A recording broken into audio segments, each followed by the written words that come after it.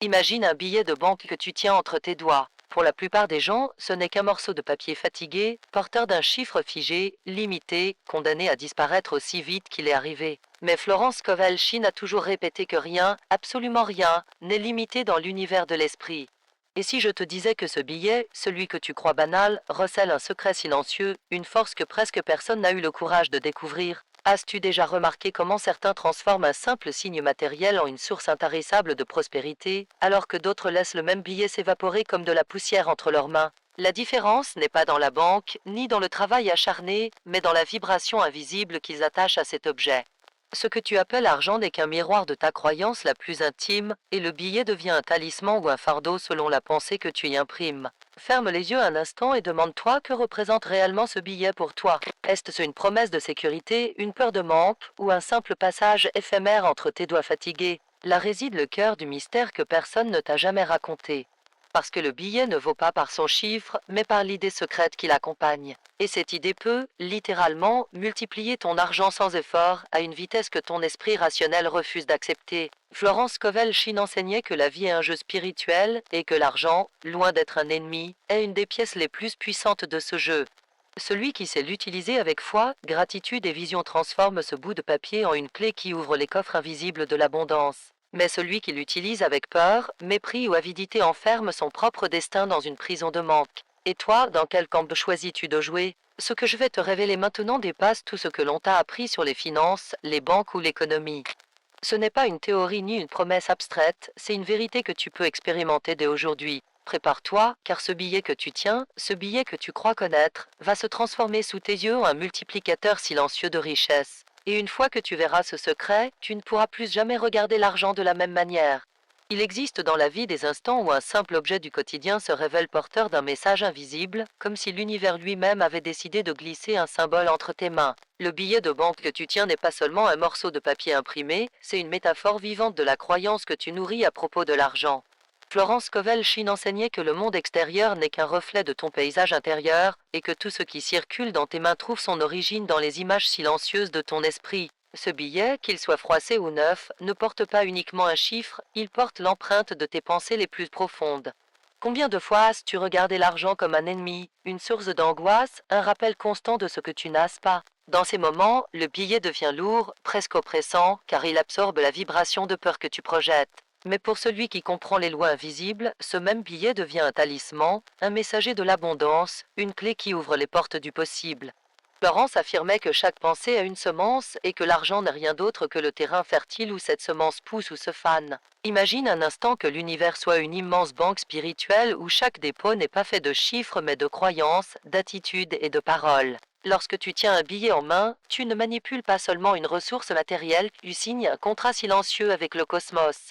Si ton cœur vibre la gratitude et la confiance, ce contrat se transforme en un aimant, attirant encore plus d'opportunités. Mais si tu l'accompagnes de doute et de peur, c'est une porte qui se ferme lentement, t'éloignant des bénédictions que tu pourrais recevoir. Florence Kovalchine rappelait sans cesse que la parole est ta baguette magique. Ce que tu dis à propos de l'argent façonne sa présence ou son absence dans ta vie. Combien de personnes répètent sans réfléchir, l'argent ne reste jamais, je suis toujours à découvert, tout coûte trop cher. Ces paroles sont des incantations involontaires, des sorts jetés contre leur propre prospérité. Le billet, loin d'être coupable, ne fait que refléter la malédiction qu'elles ont elles-mêmes prononcée. Mais celui qui ose inverser le discours, celui qui ose bénir chaque pièce, chaque billet, chaque dépense comme une preuve de circulation divine, découvre un secret que peu ont le courage d'expérimenter. À ses yeux, un paiement n'est pas une perte mais un investissement dans la grande roue cosmique, une preuve que l'énergie circule et reviendra multipliée. C'est pourquoi Florence enseignait que le manque n'est qu'une illusion et que l'argent n'est jamais perdu. Il se déplace, change de forme, mais il revient toujours à celui qui sait l'appeler avec foi. Pense à la première fois où tu as reçu un billet en cadeau ou la première fois où tu as ressenti de la joie simplement en trouvant une pièce oubliée dans une poche. Ce moment n'avait rien à voir avec la valeur inscrite, mais tout à voir avec l'émotion que tu y as projetée. Le billet devient alors un symbole, un signe que la vie prend soin de toi, qu'elle veille sur tes besoins avant même que tu n'oses les exprimer. Voilà la véritable fonction de l'argent, être un miroir de la confiance que tu as envers l'invisible. Ainsi commence ce voyage, en transformant ton regard sur ce simple billet, tu redécouvres que l'abondance n'a jamais été une question de chiffres, mais une question de conscience. Car dans la vision de Florence Kovalchine, l'argent est une énergie obéissante, un reflet de tes paroles et de ta foi. Et si tu es prêt à changer ton discours intérieur, à bénir au lieu de maudire, à voir un talisman au lieu d'un fardeau, alors ce billet que tu tiens n'est pas une fin, mais le commencement d'une multiplication silencieuse que personne ne pourra jamais t'enlever. As-tu déjà remarqué que l'argent semble aimer certaines personnes et fuir d'autres, comme s'il possédait une conscience secrète, une personnalité capable de choisir ses compagnons? Florence Kovelchine expliquait que ce n'est pas l'argent lui-même qui fait ses choix, mais la vibration invisible qui émane de l'âme humaine. Celui qui vit dans la peur du manque attire des circonstances de manque, tandis que celui qui respire la certitude de l'abondance attire des preuves constantes de prospérité. Ainsi, le billet que tu tiens devient un révélateur de ton état intérieur, un miroir silencieux de ta confiance ou de ton doute. Il existe une loi subtile qui dit que ce que tu observes avec amour croît, et ce que tu observes avec mépris se fane. L'argent obéit exactement à cette dynamique. Regarde-le comme un ami loyal et il se multipliera autour de toi. Regarde-le comme un tyran et il deviendra fuyant, insaisissable. C'est pourquoi Florence insistait: ne maudis jamais l'argent, car en le maudissant, c'est ta propre vie que tu assèches. Chaque pensée de gratitude est une semence invisible que l'univers s'empresse de faire fleurir en circonstances concrètes. Souviens-toi de ce que tu as ressenti la dernière fois que tu as payé une facture avec amertume en pensant que l'on t'arrachait quelque chose. Compare maintenant ce sentiment avec le moment où tu as dépensé pour offrir un cadeau à quelqu'un que tu aimes. Le même acte matériel donné de l'argent prend deux visages opposés, l'un crée du manque, l'autre crée du flux. Florence Kovelchine enseignait que le secret n'est pas dans l'action mais dans l'attitude. L'argent ne juge pas, mais il reflète l'intention qui l'accompagne. Imagine donc ce billet comme une graine spirituelle. Entre tes mains, tu peux le planter dans le sol de la peur ou dans le sol de la foi. Dans le premier cas, il se dessèche et attire plus de sécheresse encore. Dans le second, il se déploie et appelle une moisson inattendue. La différence n'est pas visible à l'œil nu, mais elle agit dans les dimensions invisibles, là où la vie prépare ses plus grandes surprises. Florence disait que l'univers est précis, presque mathématique, mais il obéit à des équations spirituelles que peu comprennent. C'est pourquoi tant de personnes travaillent dur sans jamais voir leurs finances prospérer. Elles ignorent que leur vibration intérieure contredit leur effort extérieur. Elles plantent avec leurs mains mais déracinent avec leurs pensées. Elles gagnent un billet et murmurent immédiatement: ce ne sera jamais assez. Et l'univers, fidèle serviteur, confirme ce verdict en leur offrant encore plus de situations de manque. Celui qui apprend à bénir le peu découvre que ce peu devient rapidement beaucoup. Florence affirmait que rien ne t'est refusé si tu le réclames dans la bonne conscience. Le billet n'est donc pas un objet figé mais une porte, il ouvre sur le manque ou sur l'abondance selon le mot que tu prononces, la pensée que tu nourris, la croyance que tu choisis. Ce n'est pas une exagération, c'est une mécanique spirituelle. Chaque fois que tu tiens de l'argent entre tes mains, tu tiens une opportunité de bénir ton futur ou de le bloquer. La question est simple: que décides-tu de libérer dans l'air aujourd'hui? Alors que tu écoutes ces mots, peut-être sens-tu déjà en toi une résistance, une voix intérieure qui chuchote: ce n'est qu'un billet, ce n'est qu'un chiffre. Et c'est justement là que réside la plus grande barrière à ta prospérité. Car le secret que Florence Kovelchine a dévoilé est précisément celui-ci: tout ce que tu appelles réel n'est que la conséquence d'une croyance. Change la croyance et tu changes ton monde. Le billet n'est pas un bout de papier, c'est un test spirituel, une preuve vivante de ce que tu es prêt à affirmer. Il y a dans chaque billet une mémoire silencieuse, comme si les mains qui l'ont touché auparavant avaient laissé une trace invisible. Certains billets ont circulé dans la peur, d'autres dans la joie, mais lorsque tu le tiens aujourd'hui, tu as le pouvoir de réécrire son histoire. Florence Kovelchine expliquait que rien n'est fixé, tout peut être transmuté par la force de la parole et de la conscience. Ce billet qui semblait banal peut devenir un porteur de bénédiction si tu décides de l'investir d'une intention nouvelle.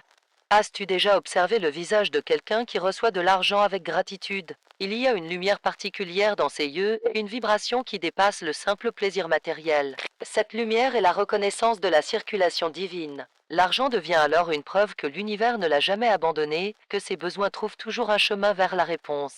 Florence enseignait que la gratitude n'est pas seulement une émotion, c'est une onde vibratoire qui attire davantage de ce que l'on remercie. Mais combien tombent dans le piège inverse en traitant chaque billet comme une goutte d'eau rare dans un désert de manque? Ils l'empoignent avec crainte, le dépensent avec remords et le regardent disparaître comme une condamnation. Et sans le savoir, ils scellent leur réalité avec ces pensées sombres. Car l'univers ne fait pas de différence entre une malédiction murmurée et une bénédiction proclamée, il amplifie ce qui est semé. Le billet devient alors un amplificateur, révélant avec cruauté la peur qui l'accompagne. Imagine-toi dans une boutique, payant quelque chose dont tu as réellement besoin. Tu tends un billet et, au lieu de soupirer intérieurement en pensant à la perte, tu déclares silencieusement: je bénis cette somme, elle revient à moi multipliée. À cet instant, tu changes tout. Ce n'est pas de la magie illusoire, c'est une loi spirituelle, ce que tu bénis se multiplie, ce que tu maudis se fane. Florence répétait que chaque dépense devait être vécue comme une graine, et qu'aucun semeur intelligent ne pleure lorsqu'il dépose ses semences en terre. Ce renversement d'attitude crée un basculement intérieur profond. Tu n'es plus esclave du billet, tu deviens maître de son sens. Tu n'attends plus de l'argent qu'il vienne valider ta valeur, tu décides que ta valeur attire l'argent. Voilà pourquoi certains, avec peu de ressources, rayonnent de richesse intérieure et attirent naturellement les opportunités. Ils ont compris que l'argent est un serviteur obéissant et non un maître exigeant. Florence insistait sur cette inversion de perspective comme clé de toute prospérité durable. Il y a en toi une force créatrice qui dépasse de loin les calculs de ta raison. Cette force parle à travers les symboles, et l'argent en est l'un des plus puissants. Chaque billet que tu touches est une scène où ton subconscient écrit une pièce. Quelle histoire y graves-tu? Celle de la peur ou celle de l'abondance? Chaque choix, répété 1000 fois dans les petites transactions quotidiennes, devient une identité, et cette identité attire des circonstances correspondantes. Le billet que tu tiens aujourd'hui n'est pas un hasard. Il est une invitation silencieuse à regarder autrement, à transformer ta perception, à voir au-delà des chiffres. Florence Kovelchine aurait dit que ce n'est pas le montant qui compte, mais la vibration que tu y attaches. Si tu décides de voir dans ce billet un messager de richesse, il deviendra un signal que l'univers amplifie. Et bientôt, tu comprendras que ce n'est pas l'argent qui change ta vie, mais la conscience nouvelle que tu y déposes. Il est fascinant de constater que deux personnes peuvent tenir le même billet et en tirer des destins radicalement différents. L'une le verra comme une promesse, l'autre comme une preuve de manque. Ce n'est pas le billet qui change, c'est le regard qui l'habite. Florence Kovelchine répétait que rien n'a de pouvoir sur toi sauf celui que tu lui donnes. Ainsi, l'argent n'est pas un tyran, il devient simplement l'écho de ton état intérieur, docile reflet de tes croyances secrètes. Lorsque tu poses sur l'argent un regard de méfiance, il se dérobe. Mais lorsque tu l'accueilles comme un allié, il s'approche et demeure. L'univers n'obéit pas à la logique du monde matériel, mais à la logique vibratoire. Chaque billet est un messager, et ce qu'il porte dépend du sceau invisible que tu imprimes dessus par ta pensée. C'est pourquoi Florence conseillait de bénir même les plus petites sommes en les traitant comme des richesses déjà réelles, tu attires leur multiplication. As-tu remarqué combien l'attitude transforme l'expérience? Une dépense forcée devient une plaie ouverte, tandis qu'une dépense joyeuse se change en circulation féconde. Florence insistait, il ne faut jamais craindre de donner, car donner n'est pas perdre. C'est comme le fleuve qui coule, il ne s'assèche pas parce qu'il s'écoule, il s'assèche seulement quand il se bloque. Le flux financier obéit à la même loi, arrête de l'empoigner avec peur, et il se renouvelle naturellement. Dans ses enseignements, Florence évoquait souvent l'image du jeu. Pour elle, la vie n'était pas une lutte mais un terrain d'expérimentation spirituelle. Le billet que tu tiens est une pièce de ce jeu, et ce que tu en fais révèle si tu joues avec confiance ou avec crainte. Celui qui joue avec la foi sait que chaque coup le rapproche de la victoire, même quand il ne comprend pas toutes les règles. Celui qui joue avec la peur se paralyse et finit par abandonner avant d'avoir découvert la richesse des possibilités. Le paradoxe est que beaucoup cherchent à accumuler les billets en pensant qu'ils apporteront enfin la sécurité. Mais Florence avertissait, la sécurité ne vient pas du papier imprimé, elle vient de la conscience d'être soutenue par une source infinie. Un coffre plein d'argent peut devenir une prison de peur si celui qui le garde croit encore au manque. Tandis qu'une seule pièce, bénie et reconnue comme symbole d'abondance, peut ouvrir les portes d'une prospérité illimitée. Chaque transaction de ta vie est un miroir où tu peux lire ton rapport à l'invisible. As-tu conscience de ce que tu aimais en tendant un billet, en recevant une monnaie, en comptant tes revenus? Ces gestes que tu crois banals sont en réalité des rituels quotidiens, des prières silencieuses où tu confirmes ta foi dans le manque ou dans la plénitude. Florence enseignait que l'argent n'est pas seulement matière, il est langage. Et ce langage, si tu apprends à le parler avec foi, ouvre des mondes. Alors, demande-toi quel récit accompagnes-tu chaque fois que tu touches l'argent. Est-ce celui d'un monde cruel où il n'y a jamais assez, ou celui d'un univers généreux qui te soutient à chaque instant? Ta réponse détermine plus que ton solde bancaire, elle façonne ta réalité entière. Et c'est ici que commence la véritable transformation. Car en changeant ton récit, tu changes ton destin, et le billet devient alors bien plus qu'un outil, il se fait messager de la grande abondance. Il existe un moment précis où la conscience bascule, comme si une porte invisible s'ouvrait en toi. Jusqu'alors, tu voyais l'argent comme une lutte, une course interminable, un poids. Puis soudain, à la lumière des paroles de Florence Kovelchine, tu découvres que l'argent n'est pas ton bourreau mais ton reflet. Ce renversement n'est pas une idée intellectuelle, c'est une expérience intime. En changeant ton regard, tu sens que la matière change autour de toi, que la réalité s'ajuste à ton nouveau souffle intérieur. Florence disait que chaque mot prononcé au sujet de l'argent est une graine spirituelle plantée dans le champ invisible. Ceux qui murmurent des malédictions récoltent des épines, tandis que ceux qui déclarent avec foi récoltent des moissons abondantes. Ce billet, insignifiant aux yeux du monde, devient alors une semence. Il ne s'agit plus de savoir combien tu en possèdes, mais combien de bénédictions tu choisis d'y déposer. Car la graine bénie se multiplie toujours, et l'univers, fidèle serviteur, veille à sa croissance. As-tu déjà vu des personnes qui semblent attirer naturellement l'argent, sans effort apparent? Leur secret n'est pas leur travail plus acharné ni leur chance mystérieuse, c'est leur attitude intérieure. Elles ne se promènent pas avec la peur de manquer, elles marchent avec la certitude que l'abondance est leur héritage. Chaque billet qu'elles touchent devient un aimant, car elles y inscrivent inconsciemment la vibration de confiance et de gratitude. Et c'est précisément ce que Florence voulait nous révéler, l'argent répond à l'état de l'âme, jamais à la simple logique du calcul.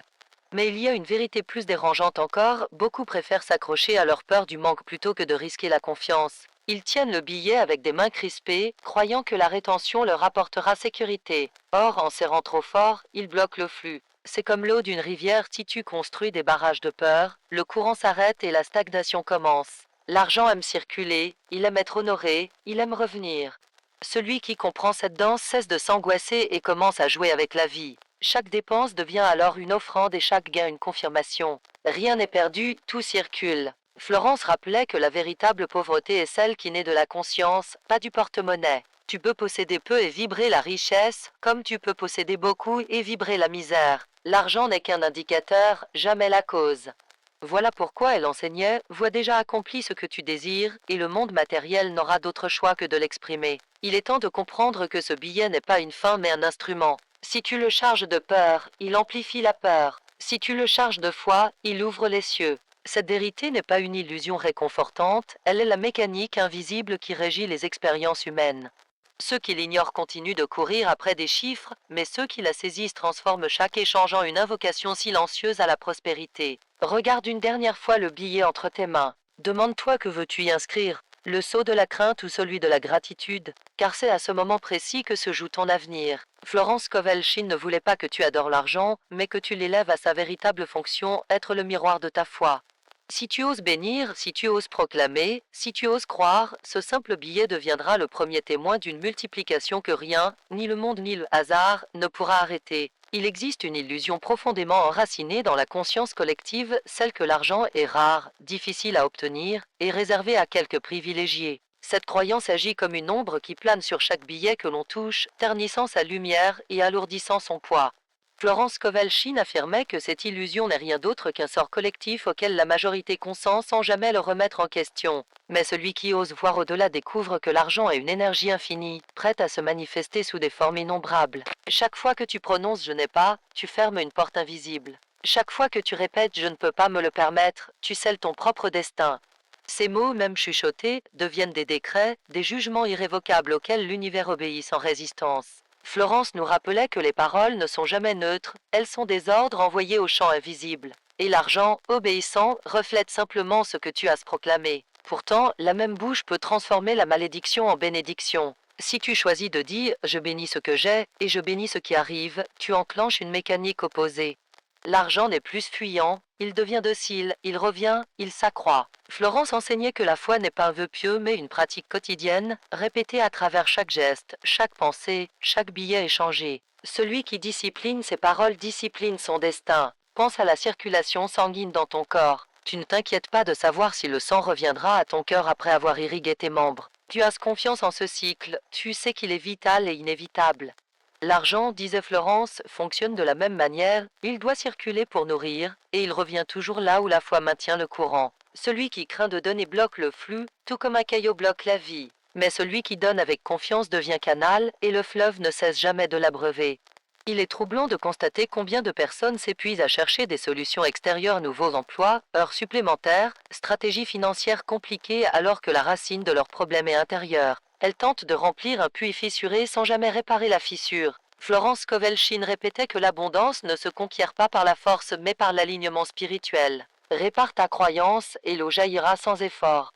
Continue à nourrir le manque et tu resteras assoiffé malgré tes efforts. Chaque billet qui passe entre tes mains est donc un test discret. Vas-tu l'accueillir comme une preuve que l'univers prend soin de toi ou comme un rappel cruel de ce qui te manque encore? La réponse à cette question détermine le chemin que ton futur prendra. L'argent n'a pas de morale, pas de loyauté, pas d'intention. Il n'est qu'un miroir, un messager qui se colore de tes pensées.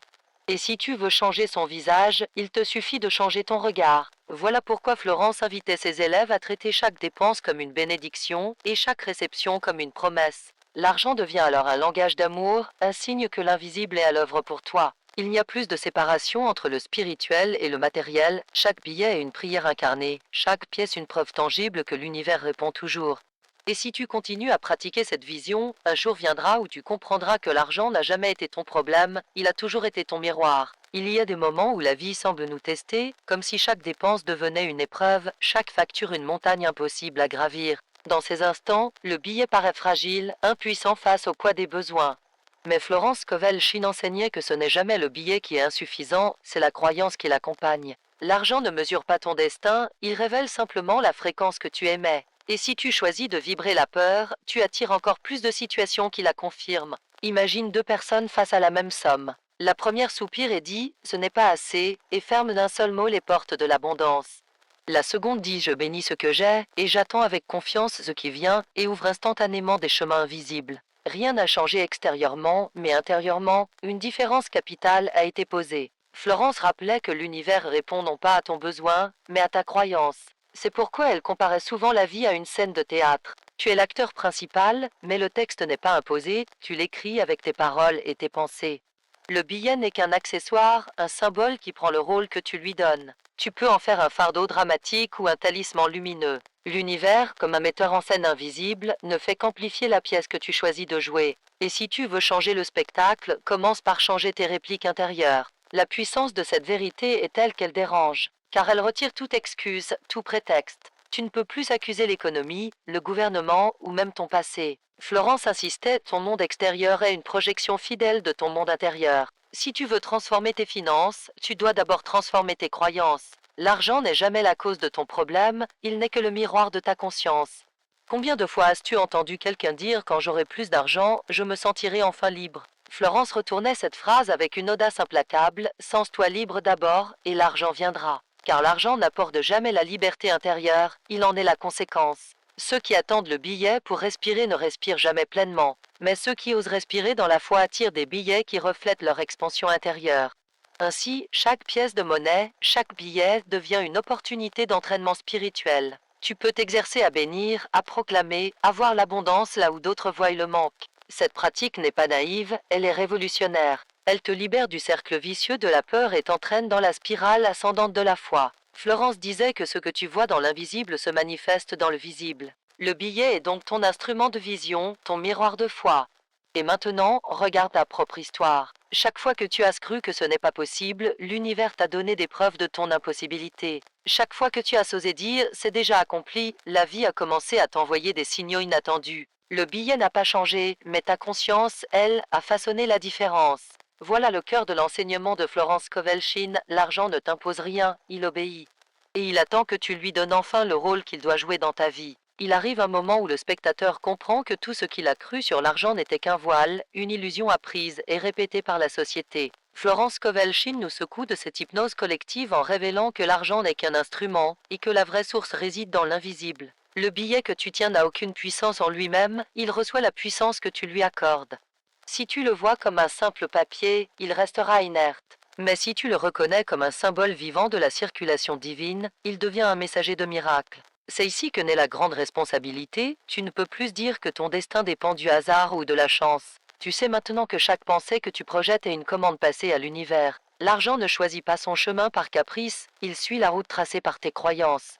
Ainsi, chaque fois que tu affirmes une vérité de foi, tu modifies le paysage invisible qui, tôt ou tard, se matérialise dans ta vie. Voilà pourquoi Florence répétait « ne prononce que ce que tu veux voir se manifester ». Beaucoup s'imaginent que ce secret est réservé à une élite spirituelle ou à des initiés. Mais la beauté du message de Florence réside dans sa simplicité et chacun, quel que soit son âge, sa situation ou son passé, peut transformer sa relation à l'argent en transformant sa conscience. Il n'est pas nécessaire d'attendre un héritage, une promotion ou un miracle extérieur. Le miracle est déjà là, dans tes paroles, dans ton regard, dans la bénédiction que tu choisis d'attacher à ce billet. Le danger, c'est de croire que tu dois d'abord voir pour croire. Florence inversait ce schéma, tu dois d'abord croire, et alors seulement tu verras. Tant que tu attends une preuve extérieure, tu restes prisonnier du manque. Mais lorsque tu déclares intérieurement que tu es déjà riche d'une source infinie, la matière se met en mouvement pour confirmer ton affirmation. Le billet devient alors une prophétie, un signe tangible que l'univers s'aligne sur ton nouveau récit. Observe combien ta respiration change quand tu prononces des paroles de foi. Ton corps se détend, ton cœur s'ouvre, ton esprit cesse de se contracter. Cet état intérieur est la véritable richesse. L'argent, en circulant, ne fait que refléter cette ouverture. Florence insistait, la prospérité est avant tout un état de conscience. Celui qui apprend à se sentir riche avant même de l'être dans la matière attire immanquablement des circonstances qui traduisent cette richesse intérieure. À ce stade, il ne s'agit plus seulement de transformer ta vision de l'argent, mais de transformer ta vision de toi-même. Car tu es la source à travers laquelle le flux s'exprime. L'argent n'est qu'un langage, et tu es l'auteur des phrases. Si tu continues à écrire avec les mots de la peur, ta vie ne sera qu'un récit de manque. Mais si tu oses écrire avec les mots de la foi, alors ton histoire devient un poème d'abondance. C'est ce que Florence appelait jouer le jeu de la vie avec confiance. Et voici la révélation finale avant le silence, le billet n'a jamais eu de valeur propre. Sa véritable valeur est le rôle que tu lui attribues dans le théâtre de ton existence. Il peut être un poids ou une clé, une prison ou une porte. Tout dépend du scénario que tu choisis d'écrire. Florence Kovelchine voulait que tu comprennes ceci, tu es le dramaturge, et l'univers est ton metteur en scène fidèle. Choisis tes paroles avec soin, bénis tes billets, et regarde le rideau s'ouvrir sur une vie où l'abondance n'est plus un rêve mais une évidence. Tout ce chemin que nous avons parcouru ensemble t'a conduit à une vérité que beaucoup ignorent. L'argent n'a jamais été ton maître, il a toujours été ton miroir. Le billet que tu tiens, ce simple morceau de papier, n'est pas un poids figé mais un symbole vivant de ta foi ou de ta peur. Florence Kovelchine voulait que tu comprennes que l'univers ne répond pas à tes désirs fragiles, mais à tes convictions les plus profondes. Et aujourd'hui, tu sais que chaque mot, chaque pensée, chaque bénédiction apposée sur l'argent trace ton avenir avec une précision implacable. Souviens-toi, chaque fois que tu bénis, tu multiplies. Chaque fois que tu proclames avec foi, tu ouvres des portes invisibles. Chaque fois que tu vois dans l'argent un serviteur loyal au lieu d'un tyran, tu libères ton âme des chaînes du manque. Ce n'est pas une promesse vide, c'est une loi universelle. La gratitude attire, la peur repousse. Et toi, tu as désormais entre tes mains le pouvoir de choisir quel monde tu veux habiter. Alors regarde ton billet une dernière fois et ose y lire autre chose qu'un chiffre. Voici une clé, une graine, une prophétie. Ce que tu décides d'y inscrire aujourd'hui résonnera dans les jours à venir. Ne doute pas, ne recule pas. Prononce la bénédiction, ressens la gratitude et marche comme si la richesse invisible t'accompagnait déjà. Car elle est là, prête à se matérialiser dès que ton cœur accepte de croire. Florence Kovelchine disait que la vie est un jeu spirituel où la victoire appartient à ceux qui savent imaginer déjà accompli ce qu'ils désirent. Tu es désormais joueur conscient, créateur lucide, auteur inspiré de ton propre scénario. L'argent ne sera plus jamais une source de peur, mais un partenaire docile dans ton voyage. Et à chaque échange, à chaque billet, tu verras la main de l'univers te rappeler que tu n'es jamais seul, jamais abandonné, jamais en manque. Emporte cette vérité avec toi comme une torche dans l'obscurité, tu n'as pas besoin d'attendre que les circonstances changent pour être riche. Tu as ce besoin de changer ton regard, ta parole, ton cœur, car l'abondance commence toujours à l'intérieur. Et une fois que tu l'as embrassé, aucun monde, aucune crise, aucune circonstance ne peut te l'enlever. Voilà le secret, voilà le don, voilà la liberté.